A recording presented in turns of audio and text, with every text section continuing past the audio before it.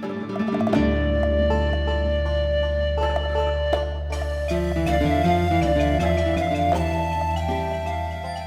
welcome back folks to another episode of Woodcraft Kitchen.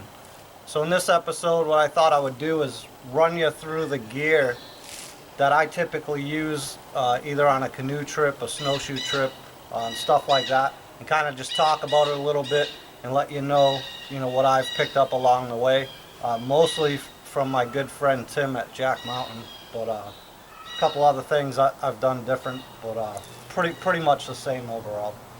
So yeah, again, you can see I have an array of stuff here. Canoe trips and snowshoe trips actually afford you to carry more stuff like this, and I don't say that having watched other videos. I say it from experience because I've done it. So again, let's take a run through what I have here for cooking equipment.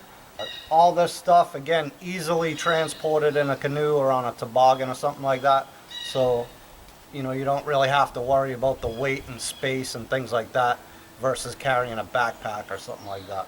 So let's take a quick run through this and go from there. Alright guys, so kind of left to right here, just a couple canoe paddles for nostalgia, but in the back you can see a bin there. I use that both on canoe trips and snowshoe trips. Pretty robust little bin. I got it from Tractor Supply. It has a lock and top. It has holes all in the front where you could lash it down if you needed to. Not really needed, but it is good to tie it off to the thwart in the canoe, so in case you dump it doesn't go anywhere. It also has a flat surface on the top, and like I said, it's pretty sturdy, so you can do things. You can use it as a cutting board or put your cutting board, I happen to have one over on the other side, right on top, and do work or a place to set food or drinks and stuff like that. So that's pretty convenient. So next you see the pails here. These are all stainless steel milking pails. It's funny, I see quite a few other people buying them and using them now and shooting videos with them, and that's a good thing. If people take away from my videos and try stuff out, that's kind of the point, right? And other folks as well. So I think these two bigger ones here, don't quote me on this, but I believe they're 13 quart. And typically what I use these two for is one for dishwater if I need it, to do dishes after I cook a meal for folks, and the other one is for replenishing canteens. So typically we'll do a big breakfast, do some more paddling or whatever, or whether we're moving camp on a snowshoe trip, so that lunch break is more of a quick snack, food that's ready to eat. You don't have to get a fire going and all that stuff, but we'll get to that in a minute. So we replenish our canteen, so when we're on the move, paddling down the river, lake, whatever it is, or breaking camp, going to a new camp on a snowshoe trip, we have a good fresh supply of water, and we'll do that every night. So the two big pails work for that. On the top, I just use a big, it's basically like a cookie sheet, so it covers the top so you don't have ashes or anything falling in there. It helps the water to boil a little bit quicker, obviously, and then it becomes another piece of tableware or something to serve on. So when I do bread, I've done Italian breads and stuff like that with pasta, the whole bit, and you can use this as a serving tray and stuff like that, so that works pretty good. And I couldn't find an actual pie pan to fit these bigger ones, so this fits well, and it works for multiple things. Hanging off the pot, just because it's here, we'll talk about it.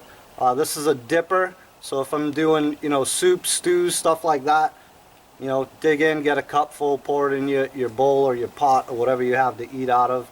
It's also good for scooping up guide coffee or tea and stuff like that. Just really convenient, kind of a no-brainer, right? I have a couple of those. So the two big pots, like I said, the next pot is a little bit smaller, and again, don't quote me on the sizes here, guys, but I believe this one is a 9 quart, and this one happens to fit a regular pie tin perfectly. And again, keeps stuff out of whatever you're cooking, helps things to cook quicker, becomes an extra something to eat off or something to serve on. Again, it just makes things a lot easier. So I have that. In the front row here is kind of just personal items. The Moore's bush pot I have, again, that's kind of just for me. I don't use that for groups. I got my little GSI kettle if I want to heat up a tea just for me in the middle of the night or what have you. And then just a Chinook folding skillet for frying some stuff up. Really small.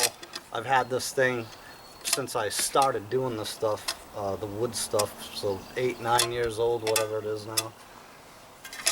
But it's small. These are small enough to pack in for personal gear for myself, and they're convenient to eat out of as well, so I like those.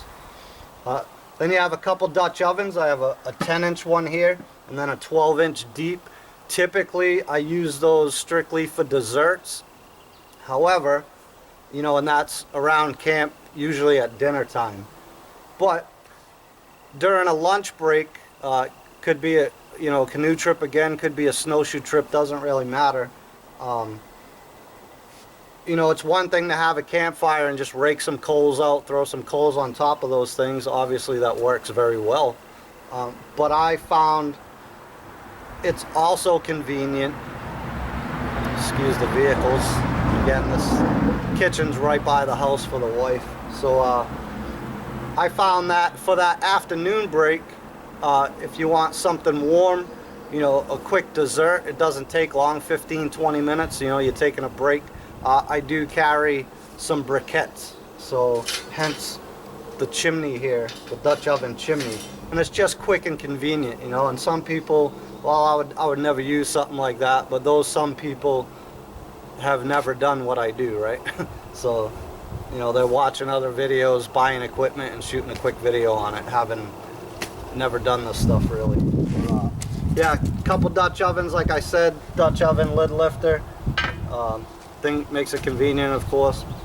A lot of times I'll just use a thick glove, and that works good too. So, but yeah, desserts in the Dutch oven. I've cooked full-on meals in the 12-inch deep. Absolutely awesome. It's hard to beat a Dutch oven. They're very, very heavy, obviously, but again, canoe trip, snowshoe trip, don't even notice it,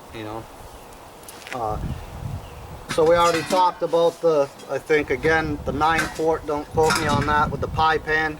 I've got 3 more of those, and that's typically what I cook meals in.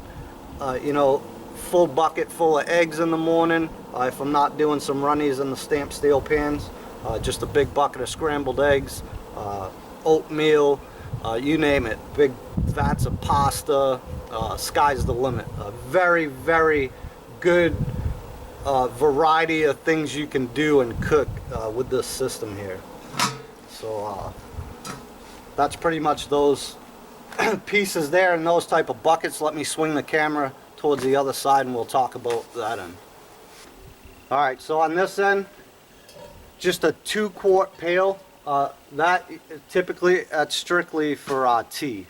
Not everybody drinks tea. I love tea. I love coffee as well, but sometimes I get all coffeeed out and I just do a tea. But typically I'll make, a pot of coffee and a pot of tea, at every meal. So less lunch, of course. But just a simple 2-quart small one for tea. Got some utensils here, obviously. Again, another cookie sheet, just to help serve. We're doing breads and stuff like that. Put it on here, everyone can kind of pick from it. Lunches as well, break it out all on here. Quick sandwiches, pepperoni, cheese and crackers, stuff like that. More of a serving tray, pretty handy to have. In the back you can see a couple blue barrels. Those are 30-liter food grade canoe barrels, actually, is what they are, and they work extremely well. So they hold, nothing but food. And then probably a couple of my favorite pieces of gear, a couple 18th century, from the 18th century, no kidding, another car, stamped steel fry pans. This one I believe is a 10-inch, and I think this one is a 14 if I'm not mistaken.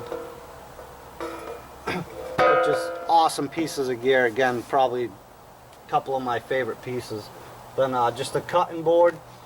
It split out on me, but what I'm going to do, it's still held intact, but that's exactly what I'm going to end up doing with it. So I'm going to cut that down the middle so it's two pieces, and I'm going to put a hinge on it. Oh, there it goes. So I'll just even those up. I'm going to put a piano hinge on that so it folds up just a little bit smaller, and that typically rides in that tote anyways. So that's good. And then, like I said, you know, typically I'll bring a bag of briquettes for the Dutch oven chimney to use with the Dutch oven in case, you know, I don't want a full-on fire or what have you. So again, I think it's pretty convenient to have. Yeah, the fire's great. Coals from the fire are great, but sometimes on a canoe trip, you know, you don't want the fire. Sometimes it's just, you know, stop, take a break, and you're gonna be moving on anyway, so it's just convenient for that. And you can have something warm or whatever. You can heat up a meal that's leftovers, and, you know, you name it. So yeah, so there you have it. You know, quick rundown of, you know, the things that I use on my canoe trips and snowshoe trips. All this stuff, again, works very well, and I like it very well. So hopefully you can take something away from that. So on the next video, or another video in this series, you know, aside of the tote that you're seeing over there, we'll talk about, you know, some of the ways that I've carried this gear in canoes, on the toboggan, whatever. And we're going to get into some other ways and actually make some things to store this kitchenware, if you will. And I'm looking forward to that. You know, I've been looking for quite a while, and nobody really makes them anymore. So I think I'm going to go ahead and make a Wanigan on film for you guys somewhere along in this series and show you what that's all about. Alright guys, so I hope you enjoyed that one. Like I said, you know, looks like a ton of stuff. It actually is a ton of stuff. But when you can transport it easily and be able to cook for a group, that becomes very, very important, especially when you're guiding trips and stuff like that. So I've used all this stuff quite a few times now. It works very, very well, and I've got a lot of good feedback from my trips personally. People are just amazed at how much you can do around a fire to cook for a fairly large group. So again, I hope you enjoyed that one. Stay tuned. These may be sporadic, but I have a whole series planned out here for you guys, and hopefully we can pick things up from each other and go from there. So till the next one, you guys take care.